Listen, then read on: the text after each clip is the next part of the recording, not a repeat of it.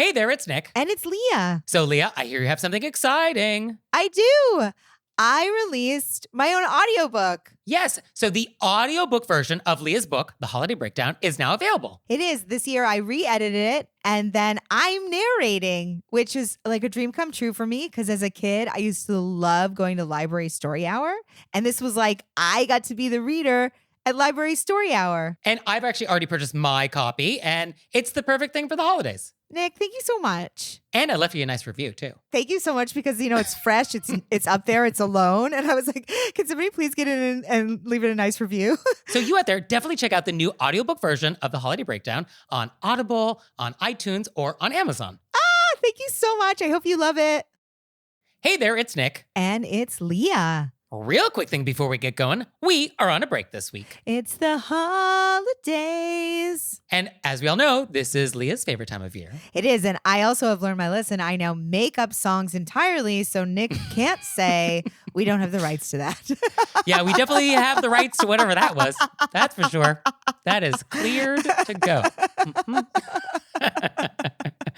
So we wouldn't leave you empty-handed, though. So we did find the perfect episode from the archives just for you. And it's got a lot of holiday questions. So perfect in case they're coming up in your life. And one of the questions is there such thing as too much holiday cheer? What do we do with lights that are too bright and are on all night? I also love that rhymed. Mm-hmm. What do we do with lights that are too bright and are on all night? Am I going to get in a fight? With your neighbors, you might. So that's a great question. Also, I share some advice my therapist gave me. So I think that's right. Very helpful. Mm-hmm. And I won't say what it is because I want you to be able to hear about it in the episode. So we'll be back soon with an all-new episode. And we hope all your holidays are merry and bright. But for now, let's start the show. Let's get in it. Hey everybody, it's Nick Layton. And it's Leah Bonema. And we had so many great questions from you all in the wilderness. Ow! That we have a bonus episode. So here we go. Our first question is, quote, I'm lucky to live on a relatively dark and quiet street. However, for the past few years, my neighbors across the street have lined their roof, windows, and dormers with very bright white Christmas lights. Now, our street is so bright, you could literally read a newspaper in the dead of night from mid-November to mid-January. What's more, the light shines through my windows of my house and all of the neighbors' houses 24/7. If you wake up in the middle of the night, it feels like the sun is coming up, even though the shades are down. Several other adjacent neighbors are also distraught, and we're wondering, how can we find a tactful way to ask the family across the street to turn off their lights during the overnight hours? I feel like they sent it in as a group. Yeah, I mean, it's a group problem, that's for sure. This happened to a friend of mine, actually in Long Island. Okay, and what do we do? They left it. Well, that house also had music that played 24/7. So that, I think, is always sort of paired with lights. I think people who go for the Klieg light display often do have a musical element. This is very common together. I love holiday lights. Like, there's no bigger proponent of holiday lights than me. Right. And I do feel that it's fair still to ask somebody, as I think there's a nice way as a group to do it, which I'm sure you're going to come up with that language, to be like, hey, after a certain time, you can turn it off and turn it back on in the morning. Yeah, I don't think it's unreasonable to want the lights off at a certain hour. And it does feel like when you go to bed, turn off the lights. Like, that feels reasonable. Let's not leave them on all night. I mean, if anything, let's save electricity. No one needs the lights on at 4 a.m. Yeah, it seems, hey, when you go to bed, I mean, that's not the words exactly, but that seems like a reasonable request. Yes, and I think as the neighbor who's doing this, it would be nice if they were mindful of the people around them and what their display is doing to the neighborhood. Well, clearly they aren't. They seem to be totally fine with leaving it on all night, which sometimes you just get blown away by the spirit of the season, Yeah, I mean, I get it. And in some neighborhoods, this is the deal. Like, there are definitely some neighborhoods where when you buy a house in that neighborhood, like, you're told, like, oh, by the way, this becomes Candy Cane Lane. And so you are obligated to do a light display on your house. And you can't not do that. And it's 24/7. But if you're the only lights right in the middle of the night. And it does feel like the issue is not the lights themselves, it's the brightness and amount. Like, I think that they went a little overboard. So I think asking them to dial it back is probably not an option. So I think, yeah, your only option is just to have a polite yet direct conversation about like, oh, this is a little disturbing. Could we reach a compromise where you can have your display, but then we can also sleep? Yeah. And do you think it'd be better if they went over and said it, or do you think I'd like a note? I guess it depends on what your relationship is with this house. Ideally, this feels like an in-person sort of conversation because it feels maybe a little nicer and a little friendlier and a little more neighborly. But if you didn't have that relationship, then I think a letter's nice. Although a letter that's like signed by 20 houses does feel a little aggressive on some level. It does. It does. It could have a little too much formality, which maybe we don't want to go there yet. Like you could escalate to that point, but I think for the initial stab, you want to kind of just like, oh, hey, love the display. Love the holiday season. Would it be possible if? Yeah, and for me, it felt like an in-person. Now, adjacent question, what do you feel is the correct period of time to have the holiday display up? Now, you might be the totally wrong person to ask. I'm the wrong person to ask. You'll basically say July 6th to July 3rd is probably your answer. I would say November 1st to Valentine's Day. November 1st? Yeah. To Valentine's Day? Yeah. Wow. Okay. That's why I'm the wrong person to ask. You are the wrong person. I think if I had to decide what the rule was, I think it's Black Friday, day after Thanksgiving, to Three Kings Day. Oh, wow. That's too early. So I feel like that's sort of the holiday season for decor. What I like about holiday lights is that I like it for it to coincide with daylight savings. So, I mean, that's more like the second week of November. It just gets so dark so early. Right. And it tends to make me feel a little depressed. And I love twinkling lights. They just shimmer in my heart. And so I think that when it gets dark early, throw those lights up. I mean, good thing you don't live in like Arctic Circle. Never take those down. Oh, I would never take them down. I'm not going to say whether or not I take my lights down. Well, what happens inside your house? I mean, have at it. If you want to have pumpkin spice candles burning 24/7, 365, I mean, what a wonderful life. It's just like what's happening on the outside of your house. I feel like maybe there's some conversation about dates. Well, that wasn't the question. The question was nighttime. Fair enough. And about music, I do think music is definitely problematic, maybe somewhat more problematic than light. Because if you live next to a house that's blasting music, that is harder to live with, I think, on some level than just bright lights outside. Oh, I think so. It's definitely next level. I was at a house last Christmas, though, that did an amazing light display that was synchronized with music. But what they did is the music was broadcast on a low power FM station that was only like 100-foot radius from the house. And so you got in your car and you dialed your car radio to that frequency, and then you could watch the display and hear the music, but it wasn't disturbing anybody else. And I was like, oh, isn't that genius? That's very nice. I love that. I also think you could do like, hey, I do this light show to music between 6 and 7. Okay, sure. Yeah, that does seem the most courteous if you just can't help yourself. And then anybody in the area who records a podcast knows I can't tape at that time. Right. Because I'll pick up the Hallelujah chorus. Exactly. Which, by the way, is my morning alarm. I just want you to know that. That's your morning alarm? 365 days a year. Okay. I mean, what a way to start the day. Nothing gets you up like that. You know what I'm saying? Although sometimes I will rotate in a Zumba song. Okay. I mean, I can honestly say I've never been there when you woke up. So I will have to take your word for all of this. And now it's time for Intermezzo. Intermezzo. So this episode is brought to you by 'Tis the Grinch Holiday Podcast. Hello, ladies and germs, boys and girls. The Grinch is back again to ruin your Christmas season with 'Tis the Grinch Holiday Podcast. After last year, he's learned a thing or two about hosting, and he's ready to rant against Christmas cheer and roast his celebrity guests like chestnuts on an open fire. You can listen with the whole family as guest stars like John Hamm, Brittany Broski, and Danny DeVito try to persuade the mean old Grinch that there's a lot to love about the insufferable holiday season. But that is not all. Somebody stole all the children of Whoville's letters to Santa, and everybody thinks the Grinch is responsible. It's a real Whoville whodunit. Can Cindy Lou and Max help clear the Grinch's name? Grab your hot cocoa and cozy slippers to find out. Follow 'Tis the Grinch Holiday Podcast on the Wondery app or wherever you get your podcasts. Unlock weekly Christmas mystery bonus content and listen to every episode ad-free by joining Wondery Plus in the Wondery app, Spotify, or on Apple Podcasts. And now it's time for Intermezzo. Intermezzo. So this episode is brought to you by Acorns. Acorns with an S, many, many acorns, because you are planting many, many seeds so you can grow your oak. So Acorns makes it easy to start automatically saving and investing for you, your kids, and your retirement, even during the holidays. And you don't need to be an expert. Acorns will recommend a diversified portfolio that matches you. And you don't need a ton of time. You can create your Acorns account and start automatically investing your money in just 5 minutes. Acorns lets you get started with the spare money you've got right now. That could be $5 a day or even just your spare change.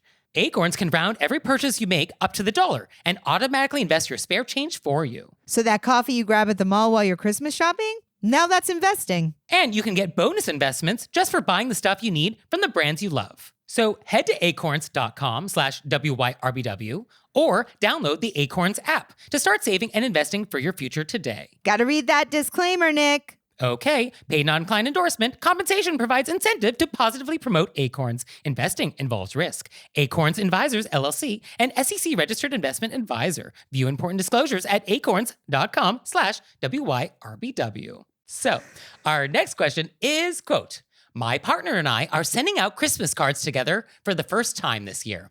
In it, we're planning on printing a cute, night before Christmas inspired poem that includes an announcement that we're getting married in the spring a year from now.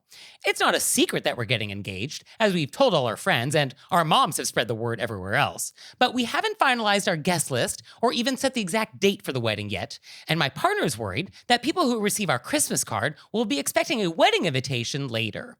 I think it's fine because there's no save the date language on the Christmas card, and it doesn't mention a specific date, only that it's going to be in the spring.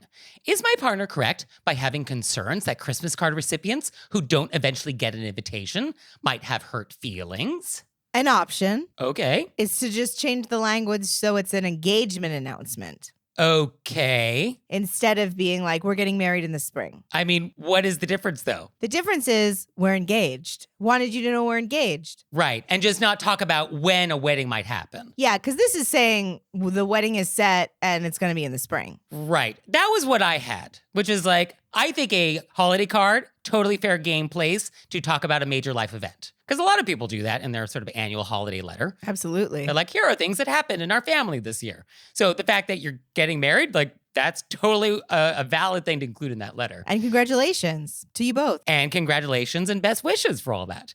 But when you include a specific date or time period, now I'm thinking like, oh, okay, I should keep that in mind. Like, oh, spring, next year, that's when they're getting married. And in my head, I'm like, okay, now there's actually a time when that event is happening. And now I'm thinking like, oh, okay, maybe I'm going to that thing. Yeah, I think, should I keep the spring open? And then another question I had was, is the sort of cutesy poem, does that make it more like a save the date vibe rather than like, here's factual information we're presenting? And it feels like the poem thing actually makes it more save the datey. Oh, I didn't even think of that. I get a little more of that flavor because it's cutesy and it's sort of like, we want you to be part of this cutesiness rather than just like, we got engaged this year and we're very excited about it. That's a very good point. I didn't think of that, but It had a little of that flavor for me. And then I was wondering, like, could we just do two versions of the card? Like, anybody you know who's totally not invited, like, maybe word it differently for their card? Like, is that too much effort? oh, that's a really good point. You just print out two. Right? And anybody you know is coming gets the poem with the springtime, and everybody else just gets we got engaged. Right? So maybe do two different versions?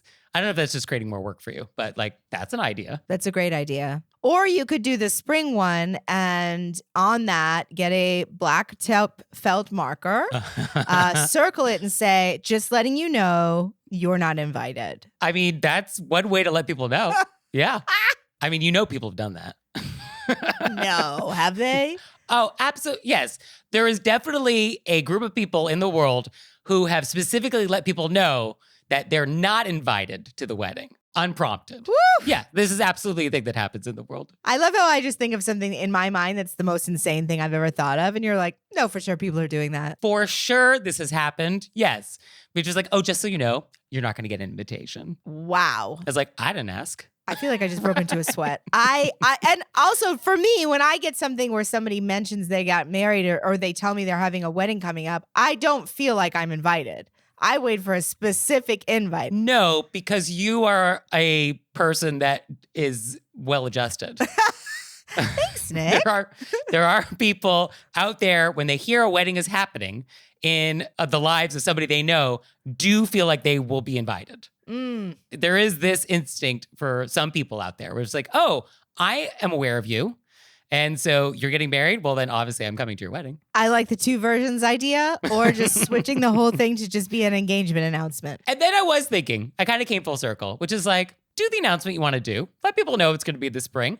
And if people are upset that they're not invited to your wedding and they don't receive an invitation, well, then I guess let them be upset. Like, I guess that's fine. Like, they're aware at some point that you will get married, and they're going to be aware that they weren't at that day. And so eventually they're going to put it together.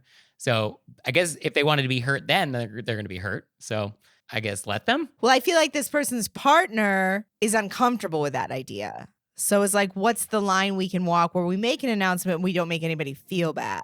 And at what point are you not responsible for their feelings because it was really just an announcement? Is there a difference between an engagement or saying we're getting married in the spring? That's the question. Right. So, all right. So to come back to the beginning, I think the spring part is the problem. So if we eliminate the spring part, then I think it's just more of an announcement. And then I guess you're in the clear. And I think you could get rid of the word marriage because you're saying you're engaged. We all know you're going to get married, but saying we're getting married makes it sound like there's a date. Okay. Just FYI, we got engaged, and leave it at that. Celebrating our love this year with the big announcement for this year. Okay. All right. So I think this is the correct answer. Right? Doesn't it feel different? It does feel different. Yeah. Because once we start talking about planning, now we're talking about invitations. And we don't want to talk about these things. Yeah. A date implies invitations. I do think, and there's some fun things that rhyme with engaged or engage. Such as? Sage. Sage. Page. Then maybe a page delivered a letter. It's like when you sage the house and you have new vibes. That's what it's like to be an engage. Yes. Cage. That seems negative. We're engaged. I haven't engaged. Doesn't feel like I'm caged. I am not enraged. This is not holiday-ish at all. Yeah, I don't know if this is the poem they had in mind, but we'll workshop it. So our next question is, quote, my brother is very well off. He's literally a CEO, and he's very generous when it comes to birthdays and Christmas gifts for my teen. I'm a normal, quote unquote, and can't afford to respond in kind for my young niece and nephew. My family is always sure to acknowledge their birthdays and send gifts, but the monetary value is not the same. Of course, my brother and his wife have never said anything about this, but I feel guilty. Should I? Are there any hard and fast rules about gift-giving asymmetry? I think that you should just let your brother give the gifts that he wants to give and don't feel bad about it at all. He knows. Yeah. He's not expecting a car back. Right? Hopefully not. And I think you just want people feel joy giving gifts to people. It's a part of the gift. Yes. Like, I think it makes people feel nice. And I'm sure he just wants to get your teenager nice gifts. And I think just enjoy it. And obviously, you've been grateful for it. And I would just leave it at that. And let's just talk about what makes a good gift. Because a good gift is not necessarily expensive. A good gift is the one that's thoughtful. Like, if you thought back at all the gifts you've ever received, going back to, year zero, the ones that probably stick in your mind are the thoughtful ones, and they probably weren't that expensive. So I think as long as the gifts you're giving your wealthy brother are thoughtful, that's more important than anything else. Yeah, I think that's a great point, that you could have gotten them their favorite gifts. Because you thought about them when you got it and you had it in mind. I don't think the monetary value matters at all in this circumstance. Yeah. So I think when we talk about asymmetry, it's more about asymmetry of thoughtfulness. Like, I don't think you want to give them a gift that is less thoughtful than the one they gave you. I just think that people often, like, obviously your brother loves your kid and he wants to share what he has to offer. And I would just embrace that. Yeah. And like, I just got you a gift that was, not that expensive, to be honest, but I think it was thoughtful, right? Oh, it was perfect. And so 100 years ago, Leah mentioned in passing that she really liked these chocolate sprinkles that come from the Netherlands that you, I guess, put on toast in the morning. I don't know how this is breakfast food, Yes. but it is in the Netherlands. And so, when I was in Amsterdam recently, and I remembered that Leah had said this. And so I figured out what like the most popular brand of chocolate sprinkles were in the Netherlands. And then I found it in the supermarket. And then I made sure to like pack it very nicely so it wouldn't get damaged in the suitcase because it's just like a cardboard box of sprinkles. And then I mailed it to Leah. And so it was sort of like, hopefully you thought that was thoughtful. I thought it was so thoughtful. I was with my friend Katie. I told you this, and I was like, what? Right? So, I mean, that's a very good example. It's very thoughtful. I mentioned it once. Nick found it. It reminds me of early Christmases with my pop-up. I brought so much joy. I'm not going to lie. Some of it may have gone directly into my mouth, not even on toast first. I just got really excited, and it was absolutely perfect for me. Yeah, so it wasn't necessarily expensive. Sorry, Leah. But it was, actually, it was a little hassle. Actually, it was a lot of hassle to bring back a box of sprinkles. Which I think of as expensive in my mind. That's why I was like, I feel like it was expensive. You brought it across an ocean. Yeah, there was some effort involved. Not necessarily euros, but there was some effort. It was emotionally expensive. You had to carry it in a bag. It was definitely exhausting. And then you packed it and you sent it. Yeah, all these steps.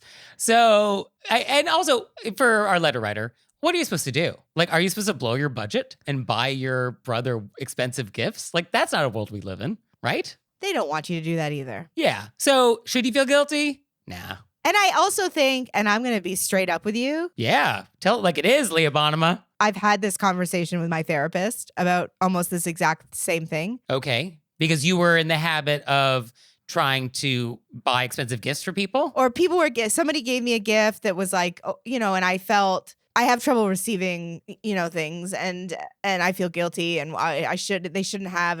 And she was like, don't muddy the water. Like, that wasn't her exact words. It was much better. So it was basically like, they want to give this to you. Don't take that away by feeling bad about it. Yeah, just accept it with gratitude. And then enjoy it. So our next question is, quote, we live out of state from our in-laws, and my mother-in-law has been purchasing items online and sending them to my kids.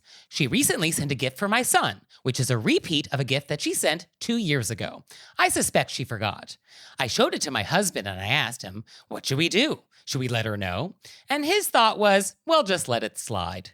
My concern is that she's on a fixed income, and so my thought was that we should send her a quick text or call and make a light joke and say something like, oh my gosh, you must have forgotten you bought him this a few years ago. Do you want to take it back and buy him something new that he would like? My concern is not so much about the gift, but more about her money going to waste. These gifts are just sitting in a closet somewhere. What do you all think?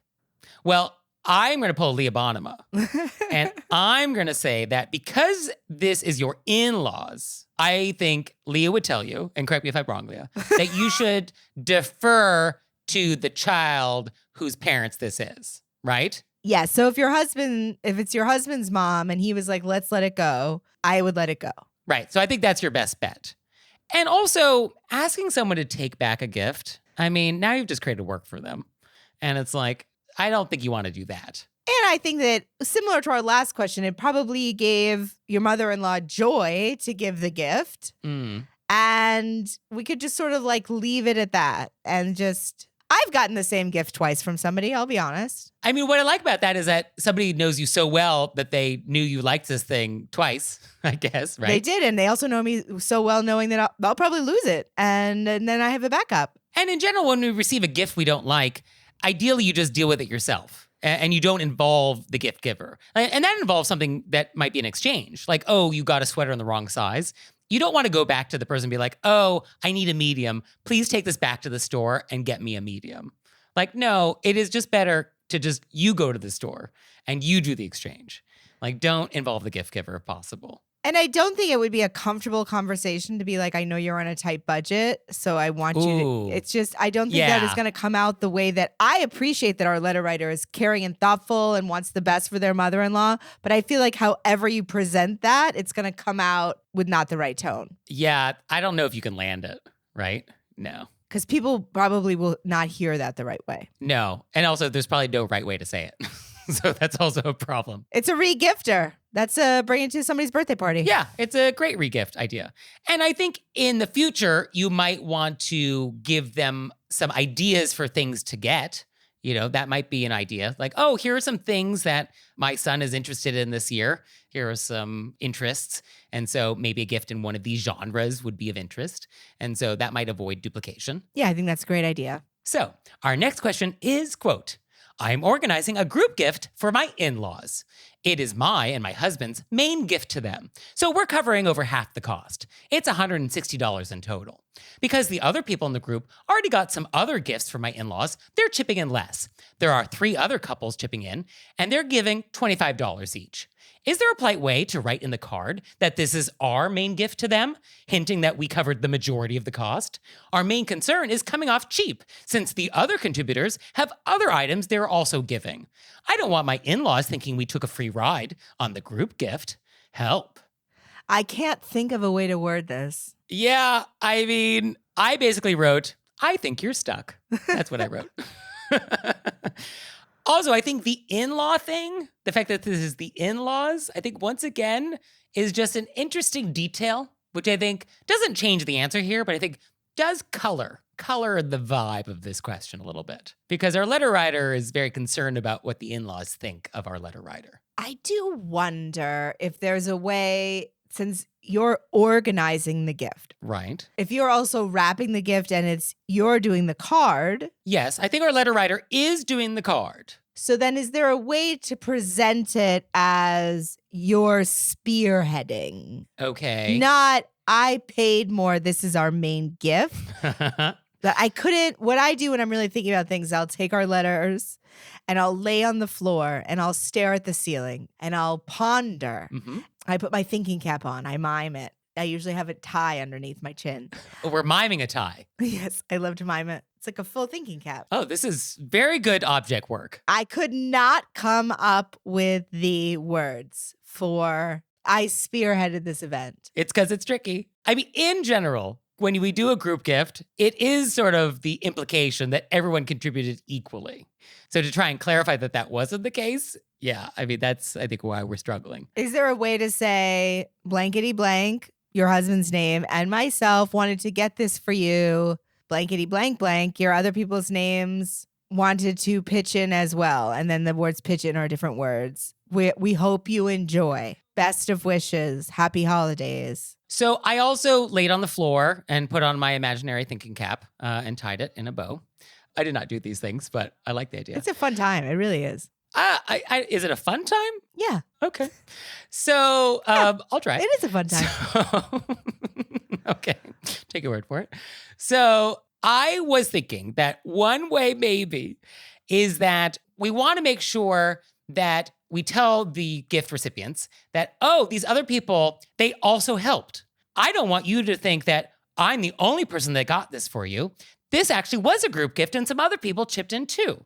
And so to frame it as like, oh, I want to make sure that we're not leaving out these other names. And I want to highlight that these people did participate a little bit, that they didn't not do anything. Maybe that would hint that it wasn't an equal contribution, but there was like a something. In that circumstance, we have to be physically giving them the gift.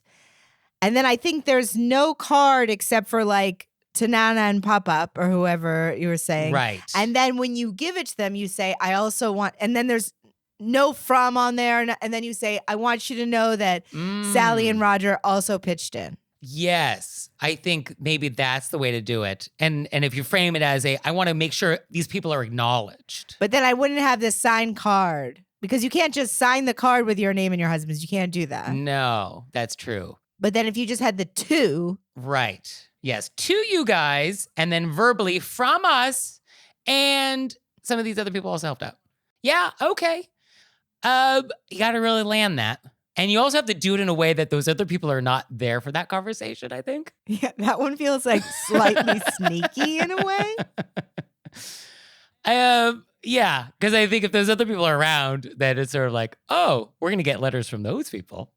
But sometimes if you're having a conversation with somebody and you don't want other people to hear it, that is usually a good sign that that's bad etiquette. Yeah. That's usually a hint that you are doing something that's wrong.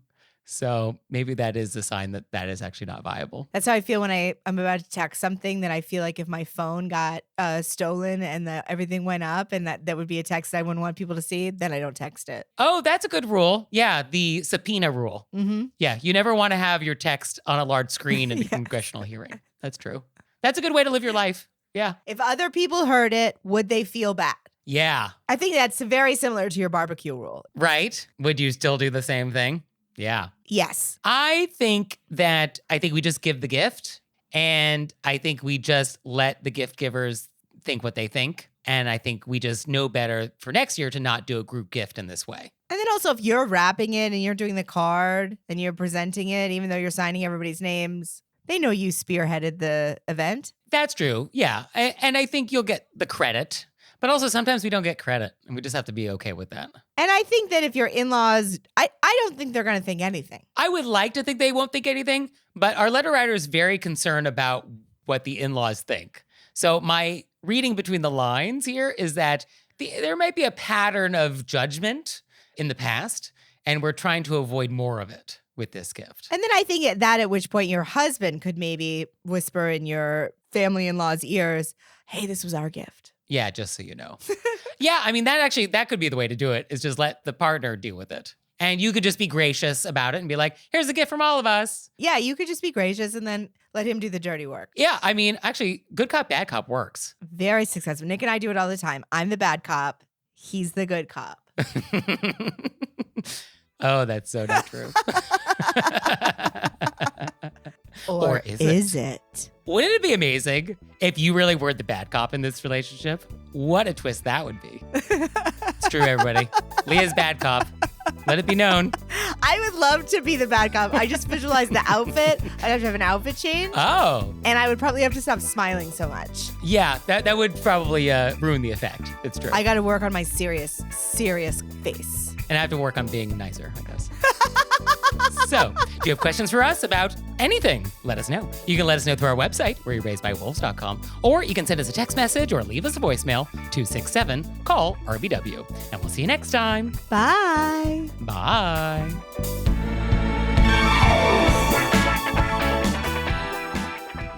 Oh, Leah, one more thing. What? Have you signed up for Patreon yet? I have. Me too. You out there, have you signed up for Patreon yet? No? Well, go to our website, wereyourbywolves.com, click on monthly membership, check it out, because we would really appreciate it if you'd support our show. We love your support. We would. So please do that, and we'll see you next time. Bye. Bye.